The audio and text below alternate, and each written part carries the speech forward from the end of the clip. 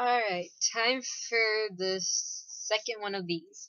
So we are now we're still in book 1, obviously, Water. Chapter 2, The Avatar Returns. Now, before I start talking about the actual episode, there was something I said in the last one about Iroh, which I totally messed up because it was late at night and I was just really out of it. What I meant to say is that throughout the series, Iroh seemed like a very laid-back, easygoing person. But at the same time, because of that attitude, you kind of tend to forget what kind of person he can be at times. Like, he was a general at one point, so it's important to remember that stuff. And anyways, I'm going to get started on the show. So, we're back to the usual introduction. Katara actually says everything she usually says in each episode versus what she said in the beginning of the very first episode. And then I always love the music that goes with this show. It's just amazing. Now, this episode starts off exactly where the last one left off, where Aang and Katara are coming back to the Water Tribe dwelling. And now, the kids are very excited to see Aang again. Sokka is very distrustful. He doesn't believe that Aang is after what happened with the flare, Sokka believes that Aang is definitely a spy. And then Gran basically predicts that the Fire Nation will be coming soon and that she's caused a huge slew of problems. But this is what I like about the character right here, Aang. He has his immaturities, a lot of them, but he right away does not let Katara take the blame for him. He owns up to it right away. Now, Sokka, on the other hand, is very angry about what Aang has done, and he's basically banishing Aang. And I find this fascinating to see this dynamic because I've seen the whole series, and that those two not being friends is just whoosh, mind-blowing. Now, Katara, of course, is quick to defend Aang, and she's ready to go with him after he's been banished. But Sokka mentions that, are you really going to abandon your family? And Aang himself says that she should stay with her family. And of course, Sokka's still being very skeptical about everything, because that's who Sokka is. And then Aang is hilarious, as always. Like, the line about not having cleaned his room in 100 years. But at the same time, he uses that humor to hide his fears, his pain, his everything, pretty much. He's very good at hiding things through humor. And it's like a recurring theme in the series. Now, the kids, of course, are going to miss Aang. And Katara's angry because this was her chance to go learn. To learn more about waterbending, about the world around her, versus being left behind, just like the way if she feels everyone leaves her behind, I guess. And I probably might be spoiling things, but I hope not. Now another thing is that after Aang leaves, Sokka they're all basically going into lockdown, getting ready for the attack. And all they have are just some women, old women on that. Children. And then the oldest is Sokka. And it's just kind of sad. And then I love Aang and Appa's relationship. It's just, oh my god! It's the way it shows that Aang has a relationship with Appa that you only get after being with well, in this case, his pet, his companion, for so long. And then, of course, this shows that Aang well, there's more to it, but the fact that Aang heads back the minute he sees the Fire Nation ship, the minute he sees Zuko's ship, it's just wonderful to see that of his character. And then this is what I really, really liked about this episode, is the way that the way Sokka's preparing for the attack and the way Zuko is preparing to attack, they parallel each other. You have Sokka using the colors white and blue a lot, whereas you have Zuko, who's in the contrasting colors of red and black, and that contrast yet parallel between them is fascinating. And then the way that ship just comes out at them and surprises them, it's just really cool to see.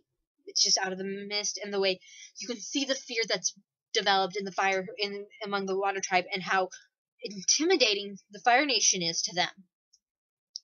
And then it was really interesting to see how dismal Sokka's fighting skills are at the beginning, because he becomes an amazing fighter through the series, whereas Zuko's already an amazing fighter.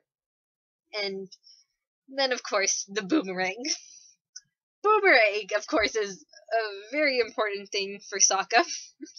And it's hilarious how, of course, it comes back and hits Zuko. I love this about this series, is that it has its funny moments inside of those serious moments. And then the way Aang comes back on top of a penguin. He knocks Zuko over, and is casual about coming back. And ironically enough, so is Sokka and Katara. He's like, Aang is just like, hey, and Sokka's like, hello to you too, kind of thing.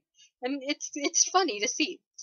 And then, of course, we get the huge revelation that Aang is the Avatar, which I'm sure people would have guessed by that point. But it's interesting that Zuko basically says, you're just a child, this is going to be easy. But then Aang's comment right back at Zuko, you're just a teenager. And it reminds you that Zuko was banished at a very young age. He's only a teen. He shouldn't be having to do this, but yet he is. And it's sad. And just, it kind of, And then the way Aang gives himself up. Because he doesn't want to hurt the people who were kind to him. And then he's very reassuring towards Katara. He basically says, he'll be out, he'll get out. And which is very optimistic of him, of course. And Zuko's also very optimistic, because for the first time in a very long time, he has hope again. Which, hope is a very important thing about this series. And then, of course, we have the scene where the ship just closes on him. So you see, and it fades to black. No, it goes straight to black. And then we see them rebuilding the village. And Katara is very angry, and she's being very self-righteous in a way, and she wants to go save Aang. And then, of course, there's Sokka over there being casual. He's like, are you coming or not? Basically. And it's interesting to see that. And then they're both leaving behind Gran, which Gran predicts that their destinies are intertwined.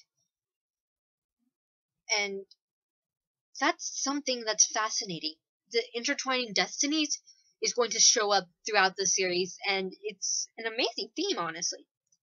Also, the way Gran is pretty much the first person to bring up hope. Katara's actions brought her hope for the first time in a very long time. And that is very important. And then, of course, her message to Sokka. Be nice to your sister. That is pretty much something every older sibling hears. Be nice to your younger sibling. So I relate, Sokka. I definitely relate. And then, of course, they won't be able to catch up in that little canoe of Sokka's. So guess who shows up? Appa! So, yeah. And then, of course, Sokka makes a comment about how you're taking me out of my comfort zone. Then we go into Zuko's problems. There's an implication of he has problems with his father.